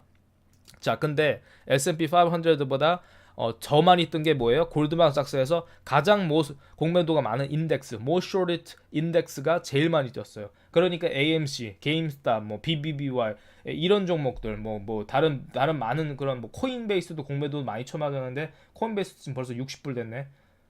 야, 이런 거 지금 나중에 잡아줘야 되죠. 그러니까 하여튼 종목들 이제 잡아줘야 돼. 이제 슬슬 불마켓 준비하셔야 됩니다. 예, 저도 이제 여기서 스퀴즈 플레이가 어느 정도 마무리되면 저도 불마켓 준비를 해야 되기 때문에. 예, 저도 이제 돈을 좀 계속 벌어야 되고 이제 2024년이면 확실해질 거거든요. 그래서 하여튼 지금 현재 그런 상황입니다. 그래서 공매도가 많이 쳐진 종목이 지금 이 주가들이 오르고 막 이러니까 막 쇼커버링을 하다 보니까 더 상승하기 전에 주가가 더 많이 올라가기 전에 먼저 쇼커버링을 해놔야 얘네들이 돈을 더 낮게 잊을 거 아니에요. 그러니까 그런 것들 지금 현재 골드만삭스에서 이런 게 나오죠. 그러니까 지금 현재 그런 상황입니다. 그러니까 제가 말씀드렸죠. 1월에서 4월. 예, 제가 작년부터 말씀드렸죠. 1월 달에 쇼커버링 올 거다. 좀 왔죠. 근데 확실한 쇼커버링이 아니고 그래도 어느 정도 끌어올렸어요. 그리고 확실한 쇼커버링이 나올 겁니다. 예, 이게 천천히 갈지 1월에서 4월 달에 쇼스퀴즈 구간이라고 제가 말씀드렸는데 이게 천천히 계속 올라가면서 계속 지속이 될지 아니면은 이렇게 한번 2월 달 말이나 뭐 3월 달 말, 뭐 제가 봤을 때 2월 달에 좀 뭐가 하나 터질 것 같긴 한데 뭐 그때 한번 뭐가 팍 터진다든지 이렇게 스퀴즈가 그러면은 이제 공매도 섹터 작상 나는데 웃긴 게 뭐냐면 지금 뉴스나 특히 BBY도 마찬가지고 여러 가지 뉴스나 계속 발악을 하고 있고, 그리고 우리가 뉴스만 보고 거래를 하는 게 아니잖아요. 대출이자 수수료들, 예, 그런 것들 보잖아요. 여기 지금 AMC를 안 넣어놨네요. 뭐 BBY, 뭐 칼바나 넣어놓고 다른 주식 넣어놓고 했는데, 이 BBY나 에이프 이런 거 공매도 굉장히 많아요. 지금 야후 파이낸스 가보시면 아시죠? 근데 하여튼간 지금 이런 식으로 지금 사람들이 많이 보는 건 안 올려놓은 이런 좀 전략적인 식으로 좀 이게 보여지고 있고요.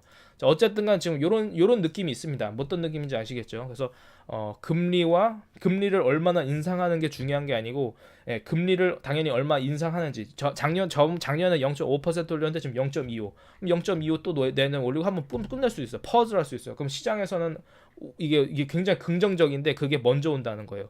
예, 그러니까 한번 보통 퍼즈가 있으면 한번 주가가 한번 살짝 하락이 온다고 하긴 해요, 역사적으로. 근데 하여튼 그 전에 먼저 이제 슬슬 이게 하여튼 주식시장 항상 뭔가 빨라요. 예, 하여튼 본인이 생각하시는 것보다 한 6개월 정도 빠르다고 그냥 생각하세요. 예. 그래서 주식시장에서 금리를 멈추기 전에 벌써 이미 주식시장은 움직여요.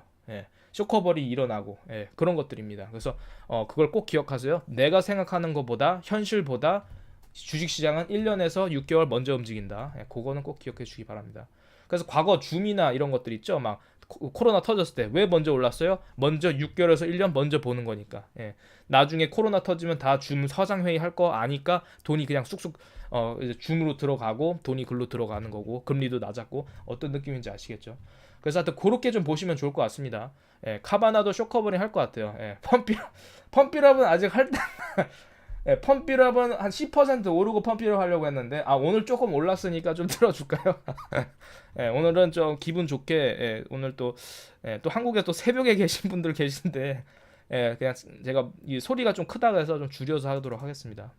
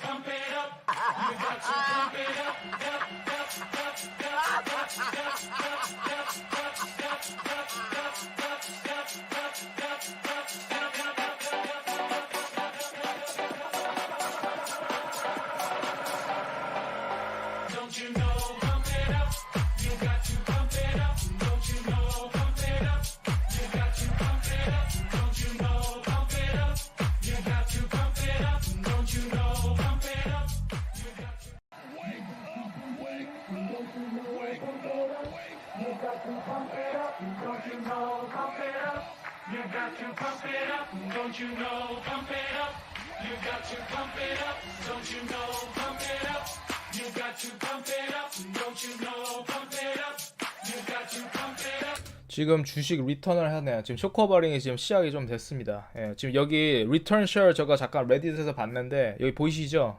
예, 리턴 쉐어라고 요게 급상승하는 게 보이죠? 예, 요거 주식을 갖다 놓는 겁니다. 다시 자기네들이 공매도 치려고 주식 빌린 거 있죠? 그거를 지금 엄청나게 빨리 갖다 놓고 있어요. 보이시죠? 이게 이 파란색은 어제입니다. 어제는 그냥 한 오후장에 그냥 끝에 그냥 확 올렸죠. 예, 한 3시, 4시 그때 뭐 거의 다 왔을 때 장마감 하기 전에 확 올랐잖아요. 예, 요게 어제고 오늘 지금 쇼커버링 지금 계속 하고 있어요. 예, 좋습니다.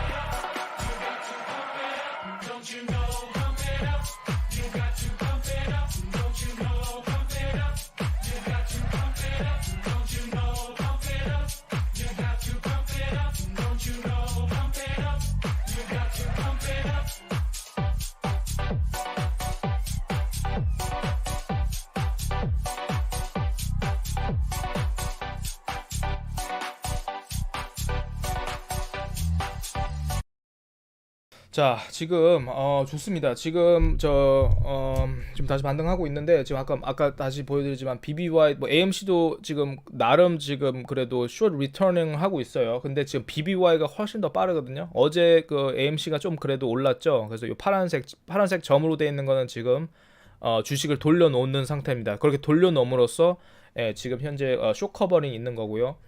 그러니까 단기적인 거죠. 예, 이게 전부가 아니에요. 여기서 끝이냐 아닙니다. 예, 단기적인 거예요. 예, 여러 가지 헤지 펀드들이 이렇게 해질러 놓는 거예요. 그래서 큰 세력들, 자그마한 헤지 펀드들 다 있잖아요. 예, 돈이 없는 자금이 좀 부족한 그런 조그마한 헤지 펀드들 있죠. 걔네들이 먼저 이렇게 커버링을 하겠죠. 예, 안 그러면 작살나니까. 나중에 주가 막 5불, 10불 때 숏 커버링 하는 것보다 지금 주가 쌀 때 커버링 하는 게 낫겠죠.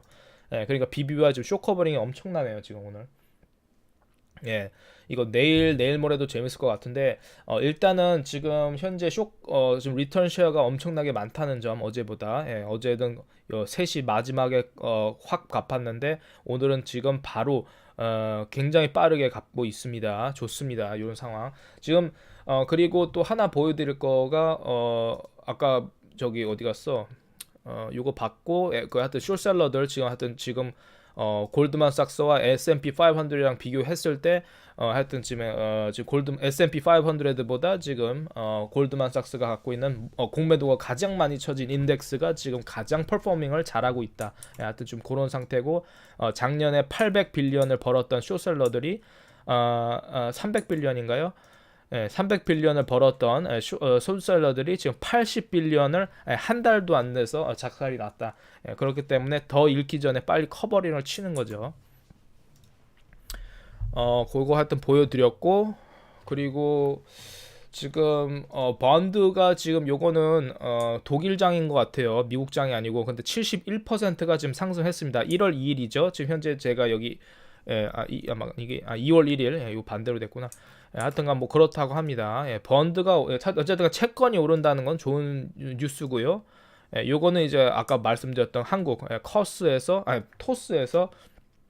저 어떤 트위터에서 이제 어떤 한국 분인 것 같은데 제 구독자분이 이게 하여튼 공유를 해주셨는데 그쪽에서 이제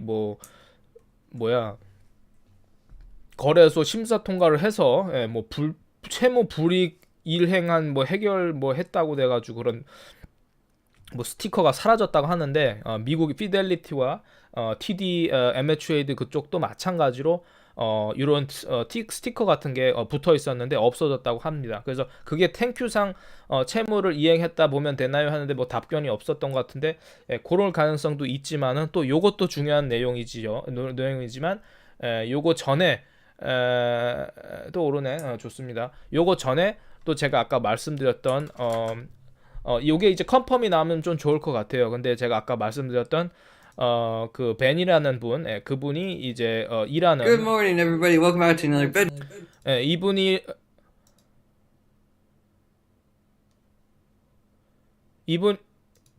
이분이 이제 얘기를 했던 것 중에 이제 2014년과 2044년에 번드 뎁이 있었습니다. 채권 빚인데 요거 갚아야 되는 게 오늘 날짜예요. 뉴욕 시간으로 오늘 2월 1일 날 갚아야 되는데 요런 거를 오늘 갚지 못하면은 파산 officially 파산입니다. 그래서 오피셜리 파산인데 오늘 다 냈다. 그게 지금 확인이 됐다고 하거든요. 그래서 그 의견을 지금 그 이분의 어떤 아시는 지인이 JP 모건에서 일을 한다고 하는데 JP 모건이 아니고 모건 스탠리에서 일한다고 했는데 여기서 일하시는 이 뭐야 기관 투자자죠. 그 사람이 컨펌을 해줬다. 빚을 다 갚았다라는 거예요. 그래서 그 얘기 잠깐 들어보도록 하겠습니다.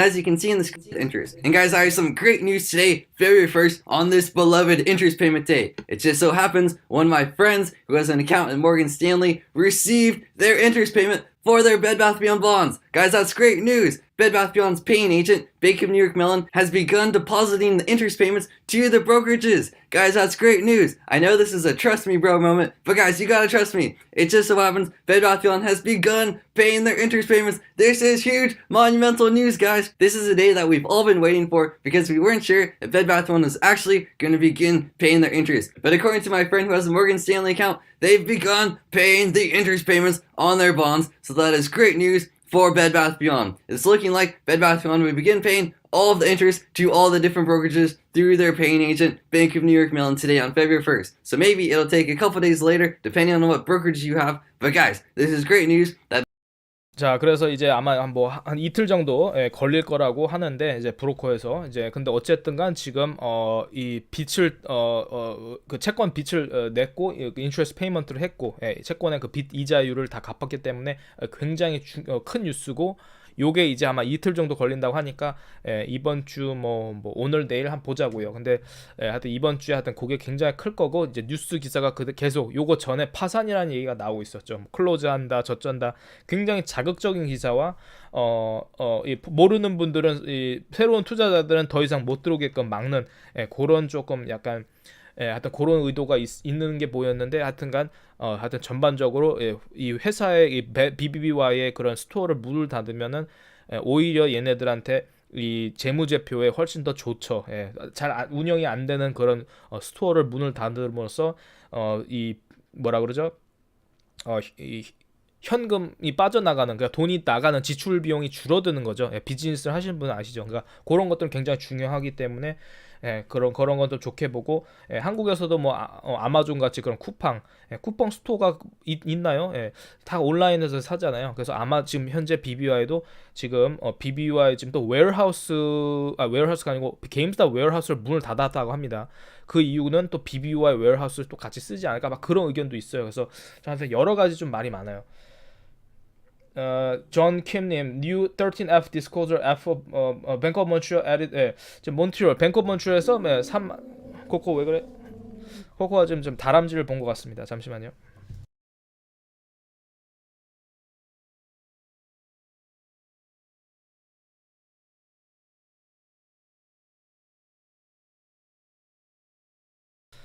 자, 그래서 지금 뭐 뱅크 오브 몬트리올에서 지금 32,000주를 더 샀다고 하네요. BBY. 좋습니다.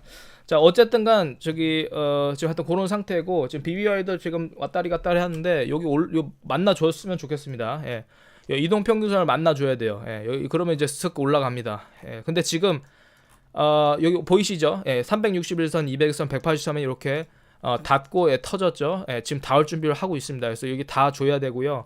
하여튼 무슨 뉴스 기사가 좀 떴으면 좋겠습니다. 오늘 장 마감하고 뭐 AK 파일링이 나오든 뭐 무슨 뭐 기사에 뭐 파산이 없다 뭐 이런 식으로 뭐 이제 더 이상 뭐 다 갚았다 뭐 채권 다 갚았다 없다 뭐 이런 것들이 좀 긍정적인 기사로 떠들여서 뭐 하여튼 이런 알고리즘이 그런 걸 갖고 또 주가를 상승시킬 수 있는 약간 그런 걸 좀 갖고 갔으면 좋겠습니다. 그래서 어쨌든간 지금 30분 차트인데 이렇게 이동평균선이 지금 닿을 준비를 하고 있고 이렇게 닿았을 때 주가가 반등했었고 지금 이제 웨이브 하나 지나간 겁니다. 그래서 여기 웨이브에서 제가 말씀드렸죠. 이동평균선의 이동평균선이 아니고 여기 뭐라 그래? 삼각 수렴이 굉장히 날카롭게 내려왔는데 이제 슬슬 요게 뚫는 상황인 것 같고 그게 이렇게 오늘 또 뚫고 있죠. 그래서 하여튼 요게 좀 올라줬으면 좋은데 좀 확실한 그런 좀 뉴스나 업데이트가 있으면은 좋을 것 같습니다. 파일링이나 자 어쨌든간 지금 하여튼 그런 상황이고 하여튼 지금 나쁘지 않고요. 업스타트 8% 이상 지금 오르고 있네요. 좋네요. 지금 뭐 전반적으로 지금 뭐 업스타트도 공매도가 꽤 있는 주식인데 롱 시그널이 뜬 상태고 지금 또 여기 또 이동평균선을 닿을 준비를 하고 있는데 얘도 좀 강력한 숏스퀴즈 종목 중에 하나라고 좀 보고 있고요. 뭐 후보도 많이 뛰네요. 후보도 또 이제 굉장히 또 숏스퀴즈 종목 중에 하나로 또 보고 있는데 이 친구도 지금 굉장히 좀 날카롭게 또 올라갈 수도 있는 가능성 있는 종목 중에 하나인데 어쨌든간 얘는 또 장기 투자로도 좋다고 합니다. 그래서 기관들이 또 많이 갖고 있죠. 자, 어쨌든 AMC, 에이프 동시에 마찬가지로 가고 있고 에이프 같은 경우는 제가 생각했을 때 살짝 여기 뭐라 그러죠? 삼각 수렴을 과거에 이렇게 만든 것처럼 좀 비슷하게 조금 한번 만들고 가지 않을까 했는데 바로 뚫어버리네요. 좋습니다. 하여튼 축하드리고 F 다 갖고 계신 분들. 자, AMC 마찬가지로 지금 현재 삼각 수렴 뭐 며칠 전에 뭐 한 마이너스 8, 9%를 빼서 좀 사람들이 좀 이게 뭐냐 뭐 아담 메런을 좀 욕하는 좀 그런 게 있었는데 걱정 안 하셔도 된다. 삼각 수렴을 만들고 이 끝에서 올릴 거다. 마찬가지로 삼각 수렴을 만들고 끝에서 이렇게 올리는 이런 것을 하고 있습니다. 그래서 뚫었죠. 그래서 계속 올라갈 겁니다. 그래서 하여튼 그렇게 볼 것 같고요. 그래서 제가 봤을 땐 2월 말에 최종적인 스퀴즈가 나오지 않을까. 그리고 AMC는 또 한번 뭐 AMC뿐만 아니고 또 몇몇 종목들이 2월 달 스퀴즈 끝나는 게 아니고 1월에서 4월 뭐 이렇게 스퀴즈 기간을 보고 있기 때문에 제가 봤을 때는 공매도 쇼커버링 이제 슬슬 이제 들어오면서 최종적으로 스퀴즈 되는 구간은 보통 말일날 있다고 보거든요. 그 필리아 공매도 이절 발표 이후.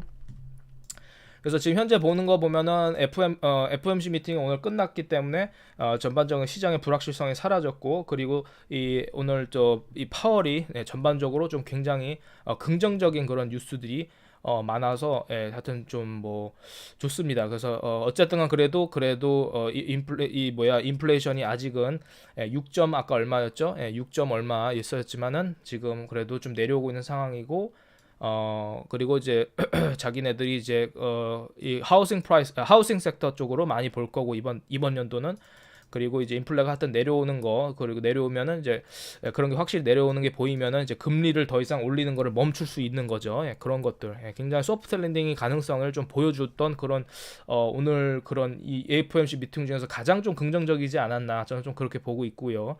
그래서 하여튼간 지금 현재 지금 하여튼 그렇게 보고 있습니다. 그래서 오늘 그렇게 나왔고 BBY도 마찬가지로 지금 렉쇼 아직까지도 들어가 있습니다. 저는 뭐 BBY가 저는 솔직히 제가 제 트위터에서 뭐 어제 특히 굉장히 퍼드 하시는 분들이 너무 많았어요. 이게 아무래도 AI를 좀 사용해서 공격이 들어온 걸 수도 있고 하여튼 어제 굉장히 퍼드가 많았습니다. 그래서 제가 그런 것들을 좀 자료를 좀 공유를 해드리면서 조금 그렇게 좀 했는데 저는 BBY가 단순히 이거는 여기서 끝나는 플레이가 아니고 굉장히 전 괴물이라고 생각하거든요. 이 괴물 같은 이게는 지금 현재 보이면 제가 작년에 아니고 어제 방송 끝나면서 말씀드렸지만 지금 FTD가 굉장히 많아요. 이거는 미쳤습니다. 지금 현재 8월 달 있죠. 8월 달 스퀴즈 났을 때 7, 8월 사이에 요때 FTD가 요만큼 났어요. 보이시죠? 11월 달이구나. 8월 어디야? 7, 8월. 여기 있네요. 7월 달. 7월 중순. 요때 FTD보다 지금 현재 위치를 보세요. 지금 이게 얼마나 간 겁니까, 이게? 어마어마해요. 이 사이즈를 봐봐요. 근데 요게 과거 게임스탑도 이런 식으로 있었어요. 그래서 그거에 대해서 제가 보여드렸죠. 그래서 과거 게임스탑도 FTD 스퀴즈가 있었는데, 요게 게임스탑이었는데, 2021년 때 이 FTD 쌓아 올리는 거 보이시죠? 이런 거. 그리고 쫙 내려오죠. 그게 지금 현재 BBY 측에서도 보이고 있다라는 거예요. 그러니까 이게 단순히 인수합병이 있으면 당연히 그거는 뭐 트리거가 되는데 인수합병 없이도 예를 들어서 인수합병이 당연히 있기를 바라는 거지만은 인수합병 없이도 이런 FTD 스퀴즈 가능성이 있다. 그리고 FTD라는 거는 이제 자기네들이 갚지 못한 그런 것들, failure to deliver, 자기네들이 갚지 못한 물량들을 그때 그 마켓 메이커한테 35일 정도 시간을 주고 갚게끔 강제로 하는 거예요. 그거 있지. 렉쇼도 들어있습니다.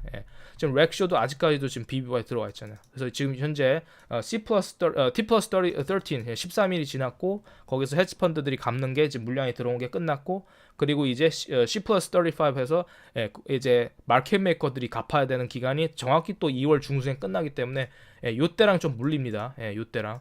그래서 2월 중순으로 좀 보고 있는데 또 어떤 분 말로는 또 2월 말이라고 생각해요. 그래서 어쨌든가 이번 2월 달에는 확실하게 좀 사이즈가 굉장히 크게 가지 않을까 좀 예상하고 있고 2월 27일이 이번에 이 쇼 이자 발표 날입니다. 이걸 좀 참조를 하시고요. 필라.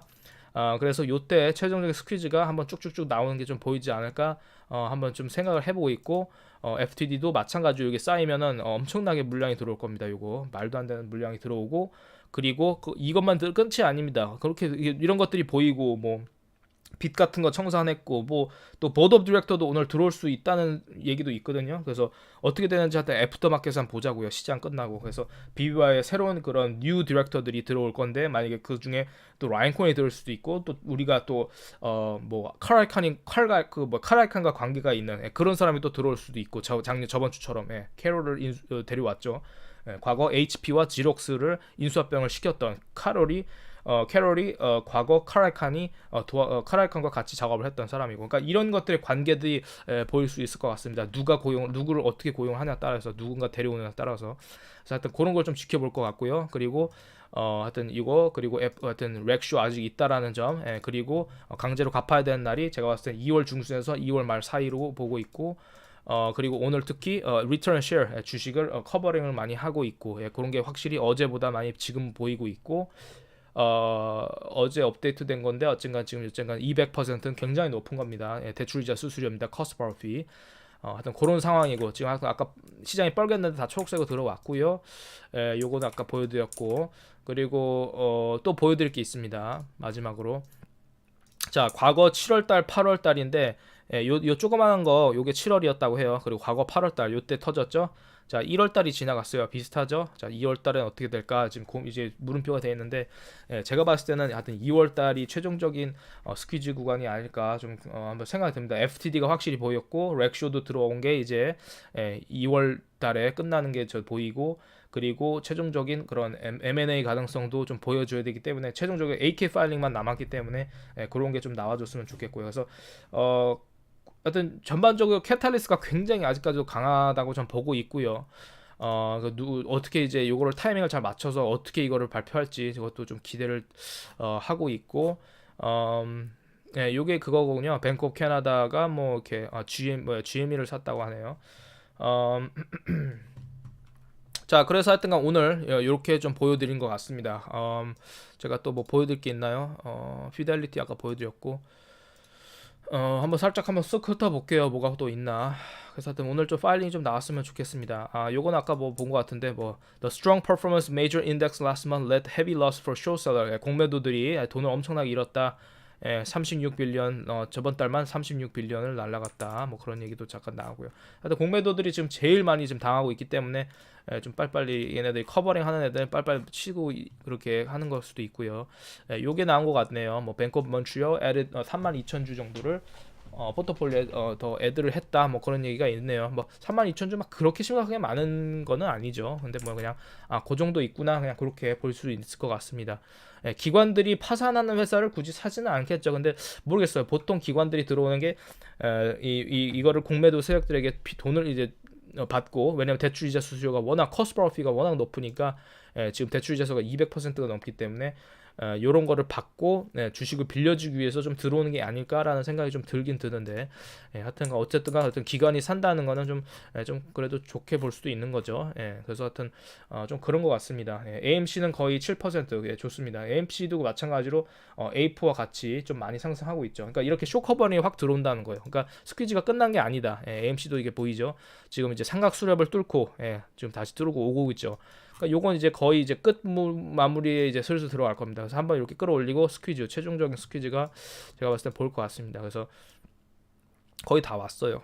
그래서 제가 봤을 때 2월이 마지막 우리 구간이 될 것 같고 그리고 우리가 과연 5월 달에도 과거 AMC가 2021년에 5월 달에도 6월 달에도 한번 났었는데 이번에 스퀴즈가 이게 최종적인 스퀴즈가 아닐 수도 있기 때문에 하여튼 그런 점을 또 우리가 한번 지켜봐 줘야 될 것 같고요. 그래서 하여튼 뭐 그냥 거의 다 왔습니다.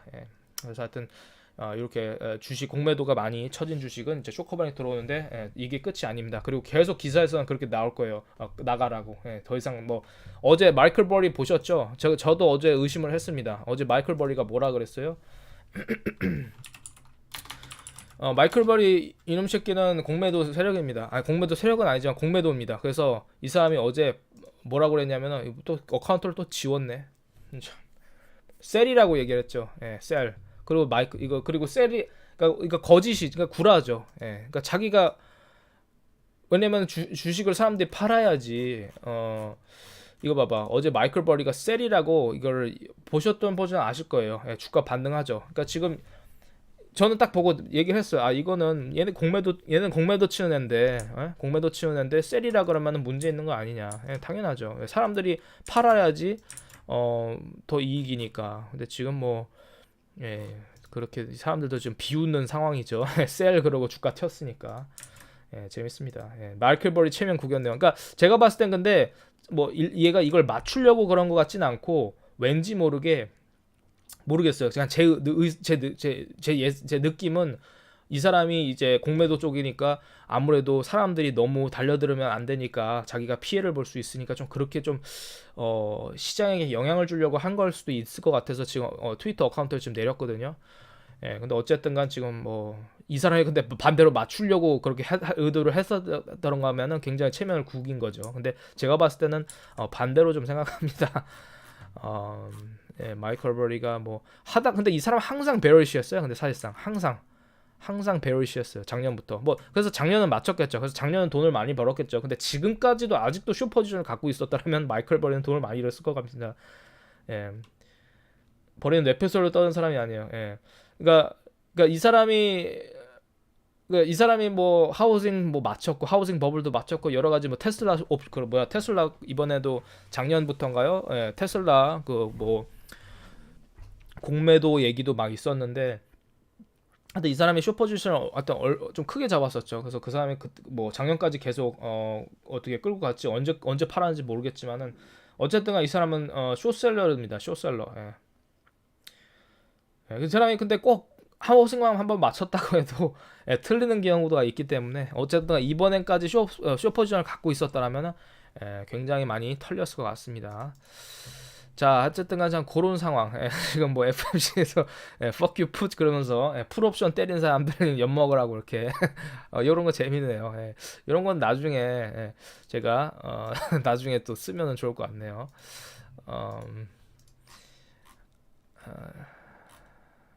짐 크레머가 웬일로 맞췄어. 짐 크레머가 우리 불마켓에 있다. So buy the dip 막 이렇게 얘기하는데 웬일로 짐 크레머가 좀 맞췄어요. 사람들이 인버스 그 짐방꿀이라고 얘기하죠. 지금 웬일로 오늘 마이클 버드를 이겼습니다. 그래서 지금 짐 크레머가 웬일로 또 맞췄습니다. 그래서 버디 say sell. 마이클 버디는 팔라고 했는데 짐 크레머는 buy라고 했다. What would Pooh J. Parr do? 그래서 뭐 재밌게 그냥 사람들이 비교했던 얘기가 좀 있네요. 그래서 어쨌든간 지금 이렇게 마이클 버리는 만약에 지금 공매도 포지션을 갖고 있었으면은 좀 많이 잃었을 것 같습니다.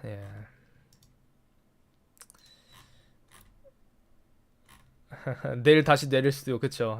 진방골 우리가 알고 있죠. 이거는 뭐 폴리티션 미국 정치인들 뭐 마이너스 뭐 이렇게 난 것들 낸시가 마이너스 거의 20%까지 났었네. 패트릭 팔런 와 이 사람 뭐 무슨 뭐 주식 투자자야 뭐야. 정치인들인데 왜 이렇게 잘해. 어쨌든간 FMC 미팅에는 옷을 이렇게 입고 있어. 브라더스 자기 형 결혼식 갈 때 이렇게 입고 FMC 때는 이렇게 입고. 하여튼간 뭐 그래서 사람들이 약간 좀 하입된 것 같은데 좋고요. 뭐 AMC 지금 뭐 볼 거는 사실상 뭐 그렇게 없어요. 그래서 이미 저희가 뭐 다 알고 있고 커스바로 아까 봤었죠. 뭐 커스바로 뭐 저기 뭐 대출이자 수수료 아직도 높고 아직까지도 공매도가 많이 갇혀 있는 상황이죠.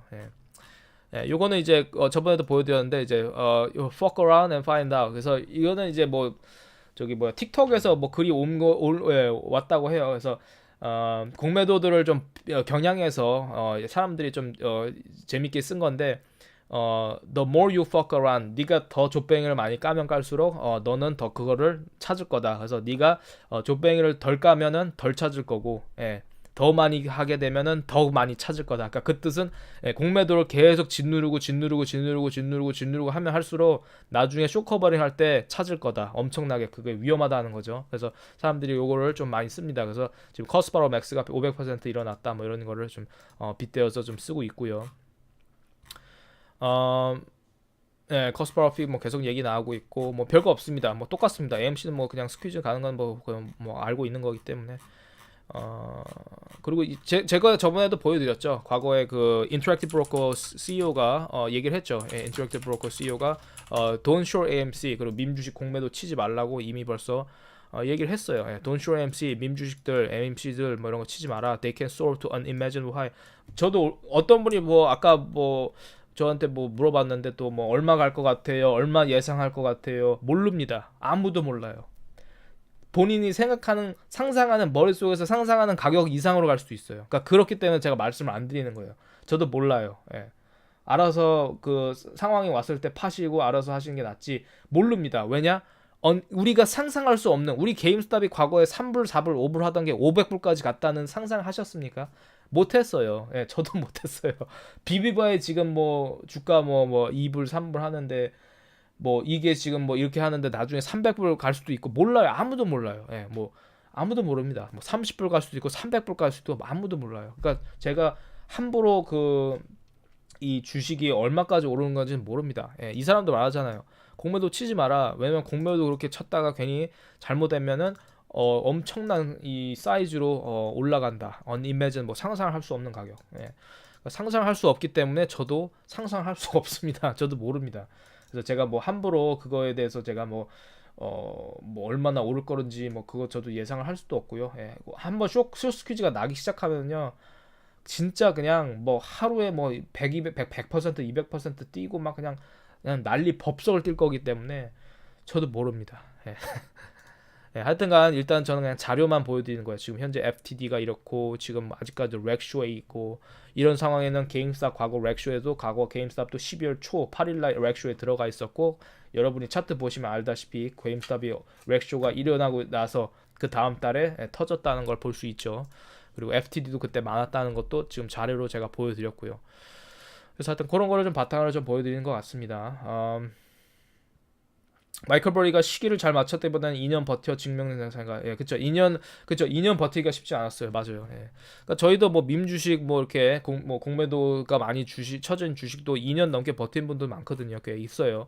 그분들도 대단한 거죠. 마이클 버리 같은 분들인 거죠. 굉장히 하여튼 정말 끈기 있게 지금 쇼스퀴즈를 믿고 온 거고 그리고 그런 자료 같은 것도 계속 조사하시면서 오신 거라고 저도 보고 있습니다. 그래서 지금 현재 하여튼 뭐 나온 기사나 나온 자료 현재 제가 오늘까지 나온 거는 하여튼 요 정도까지 좀 보여드릴 것 같고 하여튼 전반적인 FOMC 미팅도 하여튼 좀 긍정적이게 좀 보고 있고 시장에서 어쨌든 간 어떻게 될지 모르겠지만은 지금 좋을 것 같습니다. 그래서 앞으로 장 마감 후에 또 어떤 새로운 뭐 파일링이 나올지 뭐가 나올지는 모르겠지만은 하여튼간 우리가 한번 기대를 한번 해보도록 하고요. 그래서 하여튼 오늘 FOMC 미팅 여기까지는 제가 방송을 여기까지 하고 또 새로운 또 자료나 그런 게 있으면은 또 제가 또 업데이트 하도록 하겠습니다.